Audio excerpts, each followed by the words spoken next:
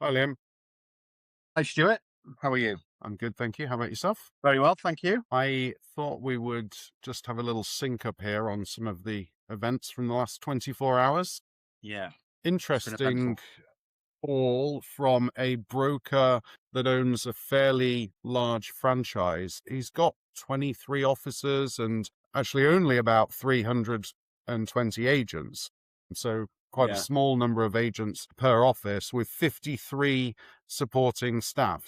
Basically, two supporting staff members per office, and then it looks like somewhere around 12 agents or 12 to 15 agents per office. I'm sure they're all sort of slightly different sizes. Anyway, he's in across all of those offices. He's in multiple states, like 8 different states, and they're a franchise brand, but struggling to grow. And it's yeah, the typical story of what am I doing wrong? I've got internal recruiters that are making cold calls every day to agents in the market that we want to recruit. They're setting appointments, but they're not showing up, or they're not setting appointments, and we're not, we're not attracting them. What am I doing wrong?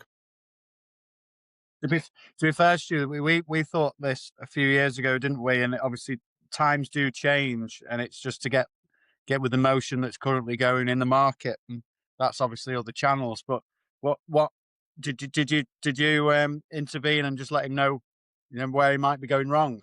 Yeah, I mean, the basics of it is 5 to 10 years ago, we were doing very well with just email marketing, a MailChimp or a constant contact kind of deal, although we have a proprietary system for that. But, essentially just taking a list of the agents in the market and putting together an email flyer and sending that out. But it just stopped getting responses from people. And I would say that is sort of email marketing in general, because look at when we're trying to fill a market with a broker, we're running into the same struggle. The brokers aren't responding to us either. And we try cold calling.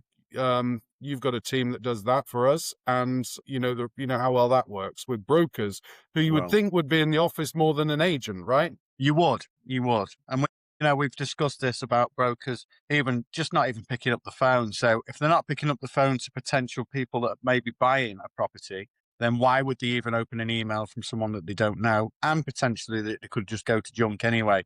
Yeah. And they The just technology is just getting stronger for it to allow it to do that in the first instance.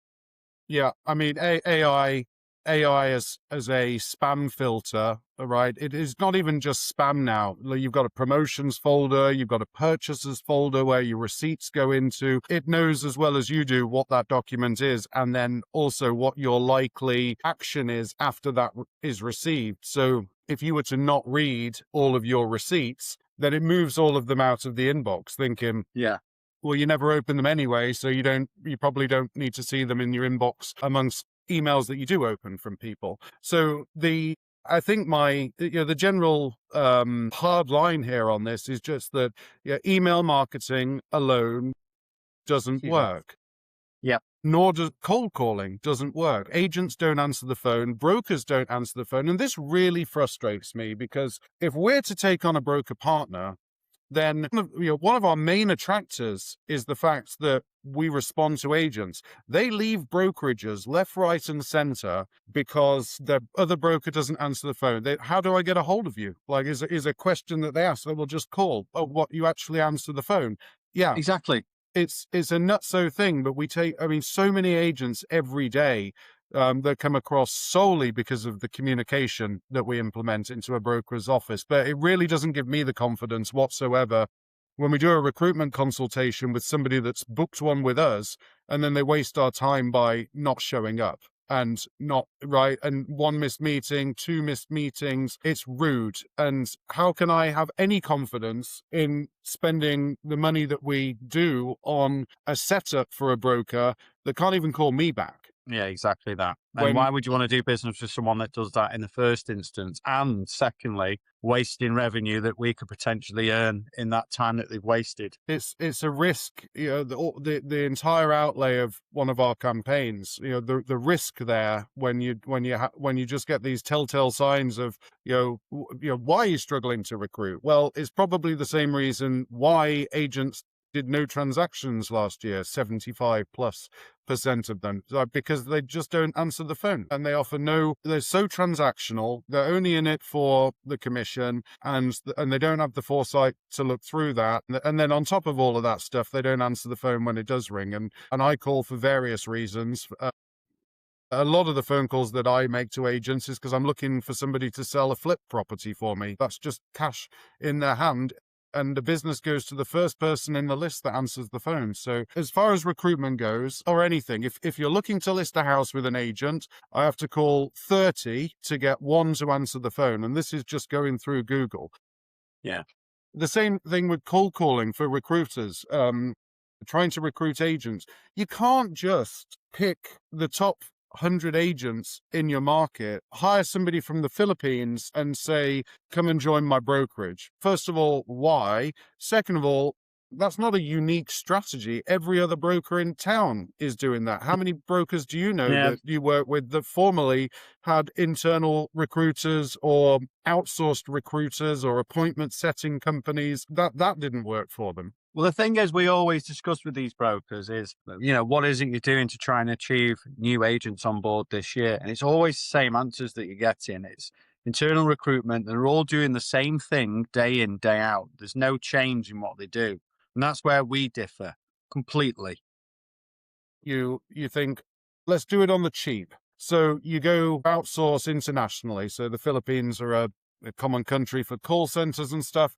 The going rate for Filipino appointment setters is $6 to $12 an hour, plus a bonus for an appointment that they've set somewhere between $5 and $25, right? They will call and they'll spend 10 hours on the phone every day. So, that's somewhere around $100. And then for every appointment that they get, which if we know that 3 out of 100 people answer the phone, they may manage to force 3 appointments, right? 2 or 3 appointments down the throat. So you could theoretically burn $150 a day. And these agents don't show up for the interviews. If they book an appointment, that's great, but you need them to show up for the appointment. Booking it doesn't mean anything. Well, exactly. And when they are booking an appointment, they'll get a booking fee anyway. So these people who are actually appointment setting, making the calls, getting paid an hourly rate, and also getting a booking fee, it's irrelevant to them what they get and what they throw through the door. Yeah. It's just, the more money they earn, the better for them. The more appointments they get. It doesn't matter what the quality is. Now, that's, again, we work differently because we work in a partnership with these brokers. So it's of importance to us to actually hire the right people at the right time. So that's where we differ. And that's why our concept always works. We're not even putting the candidates in front of the brokers now for the most part.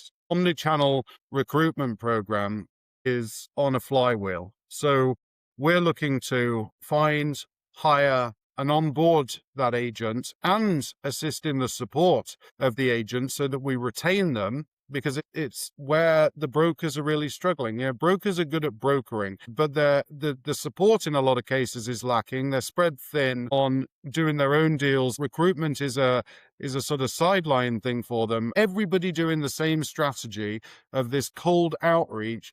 The agents are just like, no block. And they do get so many calls a day from people trying to recruit them. Come over to my Coldwell Banker, come over to my Remax, come over to my Century 21.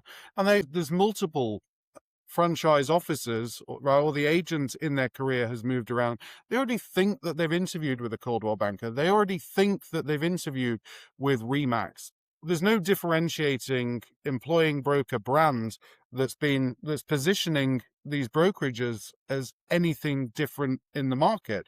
And, back onto brokers being weak in the recruitment aspect of the business. They're not, it's a specialized skill, the same way as being a broker is a specialized skill. In order to be effective at this, you've got to know what you're doing and how to convert, and you've got to be consistent, like anything in marketing.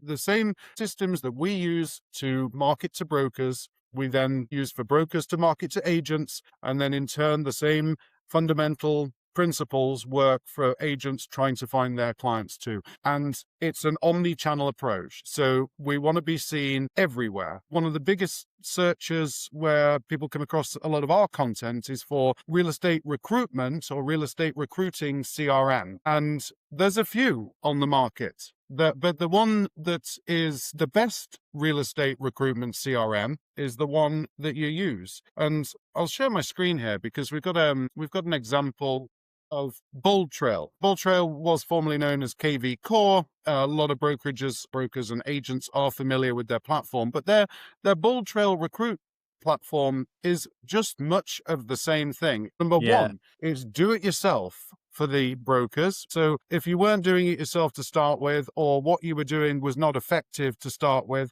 then this platform's not going to help you with that. It's really more geared towards retention. So you can see the overall production of your office. You can track and measure things in real time, but really all it's doing is tracking their listing inventory and how productive the agents are. There's some communications, which is an agent satisfaction survey. You should know if your agents are happy and which ones are unhappy just from the regular communication that you have with the agent. Not automate, or just this automation of everything and AI to stop you from having to do things, right? The lazy approach. What can I pass off to AI so I have to work less? As opposed to what can I pass off to AI to make what I do in a day more effective? Working smarter, harder, work harder and smarter at the same time. Yeah, I mean, like with the AI channel and the platform, I use it just purely based on ideas that I might not have necessarily thought in the first instance. So, for example, if we're doing a piece of marketing, how something may look or what coloring would go well. Brainstorming. Yeah. But obviously just to get those ideas out that no one necessarily may have thought. And that's what I find fantastic with AI. But you're right with what people are using it for in the complete wrong way to boost what you're trying to achieve and help you along the way, but not necessarily take the reins and obviously move forward without you realizing what's going on. Yeah, and somebody on the end of a phone. I just think that the era of outreach to people has died. Like now with AI, people like to do their own fact finding, their own research, and make their own decision and feel like they've made the decision, not that they were sold on something. And I think that applies to everything these days, right? That just consumers think they know everything, right? Or clients think they know everything, and that's okay. So the question then is, how do you target how do you create a recruitment campaign that is effective and works every time over like a system? And that's what over the last 15 years here we've developed to where the omni-channel approach is the only approach that works. Email, you've got to do it. Cold calling, you've got to do it. But in addition to that, why does somebody want to come and work with you? Any product site that you go to, or even like Netflix or Amazon with the sales and the pathing and the Apple experience and the website experience and this, that, and the other, those things are all key to any successful sales and marketing campaign, and it certainly applies to recruitment. So you got to look like the place in town that an agent wants to work.